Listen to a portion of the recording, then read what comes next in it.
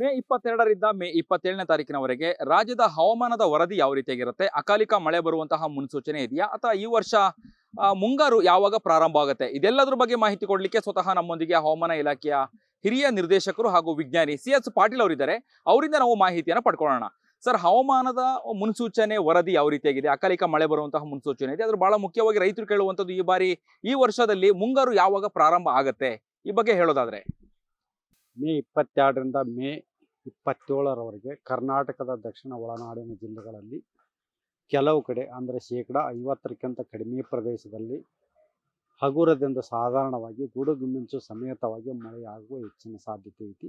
ಮಳೆಯ ಜೊತೆಗೆ ಬಿರುಗಾಳಿಯ ವೇಗ ಪ್ರತಿ ಗಂಟೆಗೆ 40ರಿಂದ 50 ಕಿಲೋಮೀಟರ್ ಇರುವ ಹೆಚ್ಚಿನ ಸಾಧ್ಯತೆಗಳದಾವು. ಕರ್ನಾಟಕದ ಕರಾವಳಿ ಜಿಲ್ಲೆಗಳಲ್ಲಿ, ಉತ್ತರ ಕನ್ನಡ, ಉಡುಪಿ ಹಾಗೂ ದಕ್ಷಿಣ ಕನ್ನಡ ಜಿಲ್ಲೆಗಳಲ್ಲಿ ಕೂಡ ಮೇ 22ರಿಂದ ಮೇ 27ರವರೆಗೆ ಕೆಲವು ಕಡೆ ಅಂದರೆ 50%ಕ್ಕಿಂತ ಕಡಿಮೆ ಪ್ರದೇಶದಲ್ಲಿ ಹಗುರದಿಂದ ಸಾಧಾರಣವಾಗಿ ಗುಡುಗು ಮಿಂಚು ಸಮೇತವಾಗಿ ಮಳೆಯಾಗುವ ಹೆಚ್ಚಿನ ಸಾಧ್ಯತೆ ಐತಿ. ಕರ್ನಾಟಕದ ಉತ್ತರ ಒಳನಾಡಿನ ಜಿಲ್ಲೆಗಳಲ್ಲಿ ಮೇ 22ರಿಂದ ಮೇ 27ರವರೆಗೆ ಒಂದೆರಡು ಕಡೆ ಅಂದರೆ 25%ಕ್ಕಿಂತ ಕಡಿಮೆ ಪ್ರದೇಶದಲ್ಲಿ ಹಗುರದಿಂದ ಸಾಧಾರಣವಾಗಿ ಗುಡುಗು ಮಿಂಚು ಸಮೇತವಾಗಿ ಮಳೆಯಾಗುವ ಹೆಚ್ಚಿನ ಸಾಧ್ಯತೆ ಐತಿ. ಮಳೆಯ ಜೊತೆಗೆ ಬಿರುಗಾಳಿಯ ವೇಗ ಪ್ರತಿ ಗಂಟೆಗೆ 40ರಿಂದ 50 ಕಿಲೋಮೀಟರ್ ಇರುವ ಹೆಚ್ಚಿನ ಸಾಧ್ಯತೆ ಐತಿ.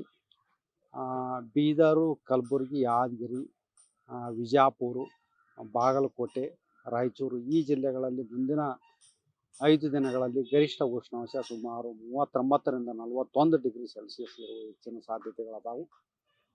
ಬೆಳಗಾವಿ, ಧಾರವಾಡ, ಹಾವೇರಿ ಜಿಲ್ಲೆಗಳಲ್ಲಿ ಗರಿಷ್ಠ ಉಷ್ಣಾಂಶ ಸುಮಾರು 33ರಿಂದ 35 ಡಿಗ್ರಿ ಸೆಲ್ಸಿಯಸ್ ಇರುವ ಹೆಚ್ಚಿನ ಸಾಧ್ಯತೆಗಳದಾವು.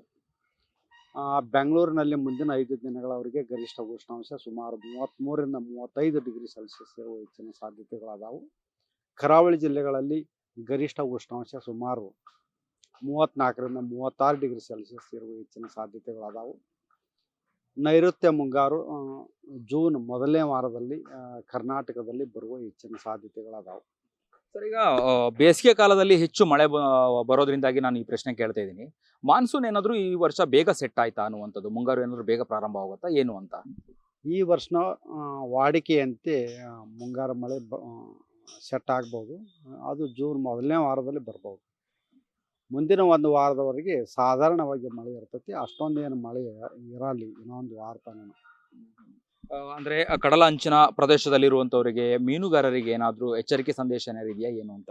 ಈಗೇನು ಕಡಲ ಅಂಚಿನಲ್ಲಿ ಅರಬ್ಬಿ ಸಮುದ್ರದ ಕರ್ನಾಟಕದ ಕರಾವಳಿಯಲ್ಲಿ ಅಂಥದ್ದೇನು ಯಾವುದೇ ವಾರ್ನಿಂಗ್ ಇರೋದಿಲ್ಲ ಮೀನುಗಾರರಿಗೆ. ಇದಿಷ್ಟು ಹವಾಮಾನ ಇಲಾಖೆಯ ಹಿರಿಯ ನಿರ್ದೇಶಕರಾದಂತಹ CS ಪಾಟೀಲ್ ಅವರ ಮಾಹಿತಿಗಳಾಗಿತ್ತು. ಕ್ಯಾಮ್ರಾ ಪರ್ಸನ್ ಅಭಿಲಾಷ್ ಜೊತೆ ಅಭಿಜಿತ್ ಗಣೇಶ್, ಕರ್ನಾಟಕ ಟಿವಿ, ಬೆಂಗಳೂರು.